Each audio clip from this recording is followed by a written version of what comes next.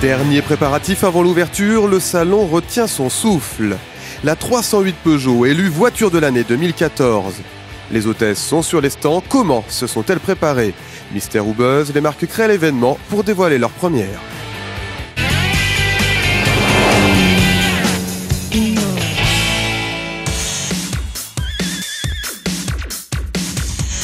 Elles vont briller de mille feux. À quelques heures de l'ouverture du Salon de Genève, un millier de personnes s'activent encore autour des 900 voitures exposées. C'est la course.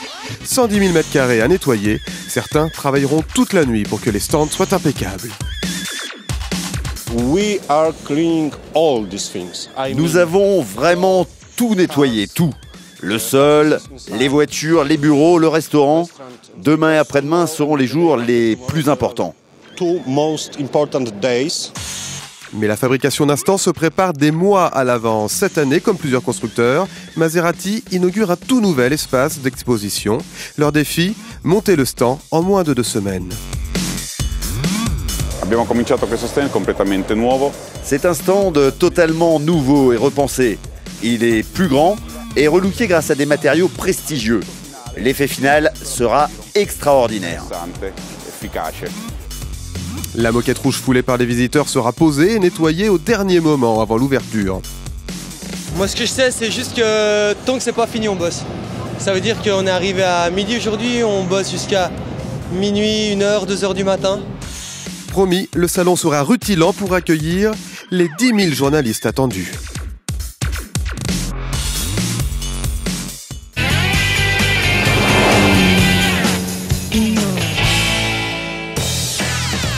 La 308 Peugeot est élue voiture de l'année 2014. C'est un jury de 58 journalistes automobiles représentant 21 pays qui l'ont couronnée parmi 7 finalistes. Une récompense de prestige pour la familiale compacte de la marque française qui succède au palmarès de Car of the Year à la Golf.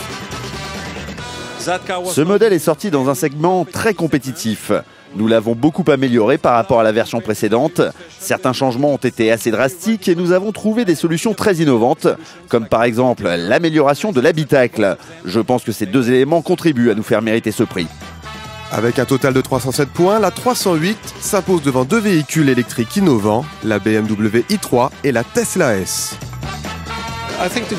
Je pense que le jury a choisi la technologie conventionnelle car l'électrique n'a pas encore complètement fait ses preuves. C'est une technologie qui reste encore très chère. Celle-ci est une voiture pour le grand public et bien sûr avec un niveau bas d'émissions de CO2, cela aura globalement un effet positif. Peugeot présentera en première mondiale au salon la version SW de cette 308, taillée pour le succès.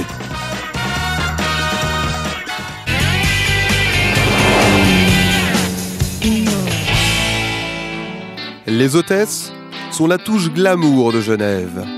Pour la première fois, Yasmine, étudiante allemande, découvre le salon. Je vais travailler pour Hyundai, je vais défiler, être photographiée. Je suis très impatiente. Mais c'est aussi parfois la passion de l'auto qui les mène sur les stands. Parce que j'aime bien les voitures, donc je m'y connais un petit peu, mais je suis super contente, je suis très enthousiaste, mais je vais mettre toute mon énergie dans ce travail. Donc voilà. Un travail commencé il y a plusieurs semaines lors des journées de préparation pour former les teams. La plupart se connaissent déjà, mais il y a vraiment on travaille beaucoup sur ce fair play, sur cette cohésion d'équipe qui est très très importante sur un salon comme ça. Des sourires et beaucoup de convivialité. Cette année encore, les hôtesses de Genève seront là pour vous accueillir avec plaisir sur les stands du salon.